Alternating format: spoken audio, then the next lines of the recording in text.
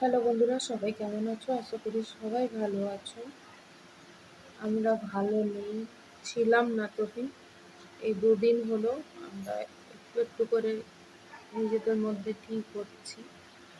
তো বলেছিলাম না, আমার মেয়ের শরীর ভালো না, আমার মেয়ের গত শুক্রবার, আজকে নিয়ে 11 দিন, গত শুক্রবার জ্বর আসে। তো আমরা ভেবেছিলাম এমনি গ্যাস থেকে জ্বর, তোকে ওষুধ এনে দেওয়া হয়, ওষুধও খায়। শনিবার থেকে জ্বরটা বাড়তে থাকে। তো যাই হোক, ওকে ডাক্তারও দেখানো হয়, ওকে যে ডাক্তার দেখানো হতো সেই ডাক্তার বসে না। তো অন্য ডাক্তারের কাছ থেকে ওষুধ এনে ওকে খাওয়ানো হয়। শনিবারও কমে না। রবিবার যে 30 তারিখের কথা বলছি, মানে আমার জন্মদিনের কথা, সেদিন আবার বলেছিলাম না আমরা আবার ডাক্তারের কাছে যাচ্ছি, মেয়ের জ্বর কমে না। ও আমার মেয়ে এলোপ্যাথিক হোমিওপ্যাথিক দুটোই খায়, মানে বিশেষ করে হোমিওপ্যাথিকটা বেশি খায়, এলোপ্যাথিকটা কম খায়। তো হোমিওপ্যাথিক ডাক্তারের কাছে গেছি, উনি বললেন গ্যাস থেকে হচ্ছে, গ্যাসের ওষুধ মানে ওনার তরফ থেকে উনি যা ওষুধ দিয়েছেন খেয়েছে। তো রবিবার রাতটা কাটলো। সোমবার থেকে ওর মানে বাচ্চার 6 ঘন্টা অন্তর অন্তর জ্বর এসে যাচ্ছে। 6 ঘন্টা মানে ক্যালপলে যতটা ডোজ থাকে ততটাই খাচ্ছে, খাওয়ার পর পরই জ্বর এসে যাচ্ছে। মানে কি যে একটা দিন গেছে। তারপরে মানে ওর যে ডাক্তার ছিল 4 তারিখ অব্দি আউট অফ স্টেশন ছিল। এই জন্য অসুবিধা হয়ে গেছিলো খুব। তো ডক্টর অরবিন্দ মাহাতো উনি আউট অফ স্টেশন ছিলেন। তারপর আমরা সোমবার দিন কী করলাম, সোমবার আমাদের এখানে সদর হাসপাতাল, ওখানে নিয়ে যাই ডাক্তার দেখায়। সোমবার দিন সোমবার না, রবিবার ওকে ডাক্তার দেখিয়েছি, সোমবারটা ঘরে ছিল। মঙ্গলবার দিন ওকে আমাদের এখানে সদর হাসপাতাল, ওখানে নিয়ে যাই। ওখানে গিয়ে ডাক্তার দেখাই। ডাক্তার দেখলো, দেখে অনেকগুলো টেস্ট দিল। তো কিছুটা হাসপাতাল থেকে হয়। পরের দিন আবার বাচ্চার শরীর ভালো নয়, বাচ্চা দাঁড়াতে পারছে না, পায়ে মানে এমন অবস্থা গেছে। তারপরের দিন বুধবার আবার ওকে আমাদের এখানে মেদিনীপুর স্ক্যান সেন্টারে নিয়ে যাওয়া হয়। ওখানে ম্যালেরিয়া, ডেঙ্গু আর টাইফয়েড টেস্ট করা হয়। ওইটুকু বাচ্চার মধ্যে যে কি গেছে, সে মানে সে মানে পৃথিবীর সব বাচ্চা সুস্থ থাকে এই কামনাই রাখি।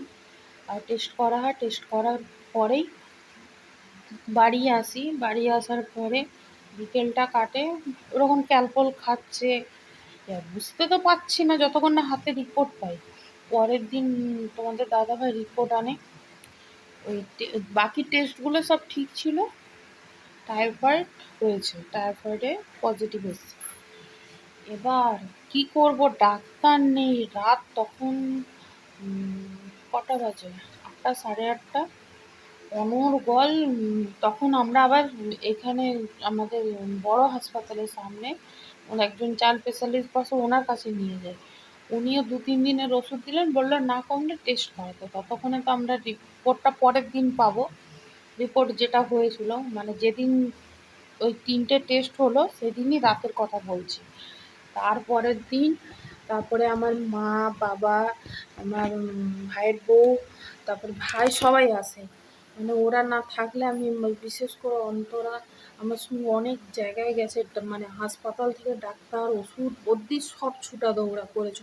তারপরে মাসিমা এসেছিলেন, মেসোমশাই এসেছিলেন। মানে যা গেছে একটা দিন, মানে ওই টাইফয়েড বমি, মানে পরপর 3 দিন আমরা হাসপাতাল ঘর মানে ডাক্তারের কাছে যাচ্ছি আসছি। এখান থেকে মেদিনীপুর গেছি, মেদিনীপুর থেকে মেডিকেল কলেজ, শিশু বিভাগ, মানে লাস্টে বলছে অ্যাডমিট করতে হবে। মানে আমি কখনোই চাই না আমার মেয়েকে অ্যাডমিট করতে হাসপাতালে।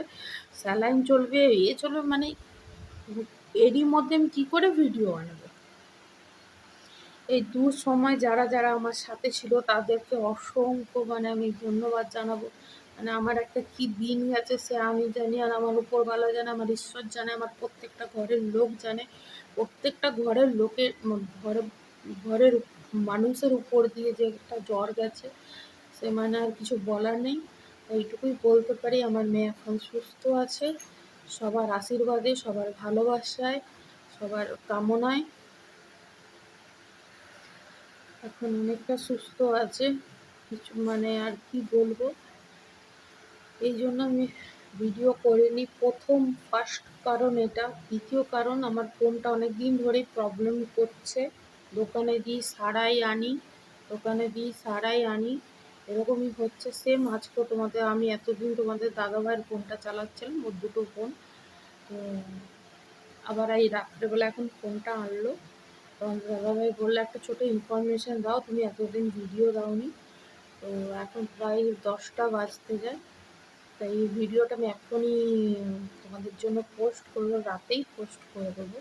কাল থেকে চেষ্টা করবো আমি ডেলি ব্লগ করতে, কেন মেয়ে সুস্থ বলতে জ্বরটা নেই, কিন্তু ব্যাপারটা হলো শরীরের দিক দিয়ে খুব দুর্বল। একটা বাচ্চার উপর যদি 8 দিন, 7-8 দিন যদি জ্বর যায়, এমনও হয়েছে রাত 1টার সময় 103-104 জ্বর উঠে যাচ্ছে। মানে ভগবানকে আমি শুধু ডাকি যেন মেয়ের আর এরকম দৃশ্য আমাকে মানে কোনোদিন দেখতে না হয়। ভগবান সুস্থ রাখুক আমার মেয়েটাকে, তোমরা সবাই আশীর্বাদ করো। আর এই সময় যারা যারা, আমি আবারও বলছি, যারা যারা আমার সাথে ছিল তাদেরকে মানে তারা সবাই আমার ঘরের লোক, যেমন সবাই মাসিমা, মেসোমশাই, অন্তরা, ভাই, মা, বাবা, আমার শ্বশুর শাশুড়ি, সবাই, দেওর, ননদ, সবাই সবাই। আমরা তো বাবা মা আমাদের কথা বাদই দাও, প্রত্যেকটা মানুষের জন্য মানে প্রত্যেকটা মানুষের উপর দিয়ে অনেক গেছে, সবাই ফোন করছে, কথা বলছে। মানে আমি যে কি গেছে এক একটা দিন, ওইটুকু আমার ভাইজিকে নিয়ে নিয়ে হাসপাতালও পর্যন্ত গেছি, মানে কি অবস্থা। ওকে কোথায় রেখে যাব বলো, ওইটুকু বাচ্চা মানুষ, ও মা ছাড়া থাকতে পারে? ও মা মানে অন্তরা আমার সাথে সাথে গেছে, বাচ্চাকেও নিয়ে নিয়ে যেতে হয়েছে, ঘরে অনেক সময় মায়ের কাছে রেখে দিয়ে গেছে, আমার সাথেও দৌড়ে গেছে বাচ্চা রেখে। মানে এগুলো তো মানে, সব বাচ্চা সুস্থ থাক বাবা। এবার ফোন এই মুহূর্তে না আমার পক্ষে কেনা সম্ভব নয়। একটা ফোন কিনতে গেলে 10-15 হাজার টাকা, তো সেরকম ফোন নিতে গেলে যদি আমি ভিডিও করতে চাই, এরকম ফোন নিতে হলে 10-12 হাজার টাকা, 12 হাজার, 12-15 হাজার টাকা। এই মুহূর্তে সেটা সম্ভব নয়, বুঝলে। তো চলুক, এইভাবেই চলুক, জানি না পারবো কি পারবো না, তোমরা আমাকে সাপোর্ট করবে কি করবে না। এতদিন অ্যাবসেন্ট হয়েছে ভিডিওতে, আমি ওই চিন্তা করি না, জানো। আমার সবার প্রথমে প্রায়োরিটি ছিল আমার মেয়ে, ভিডিও করি বা না করি, তো ইচ্ছা তো হয় নিজের পায়ে দাঁড়ানো, কিন্তু সব কিছুর মূলে থাকে বাচ্চা, তাই না? তো চলো বন্ধুরা, এখন আমাদের ভিডিওটা আমি এখানেই শেষ করলাম। আমি তোমাদের সাথে কথা বলবো বলে এসেছিলাম সামনে। তো আবার একটা নতুন ভিডিও নিয়ে খুব তাড়াতাড়ি তোমাদের সামনে চলে আসবো। Good night, tata, sweet dreams.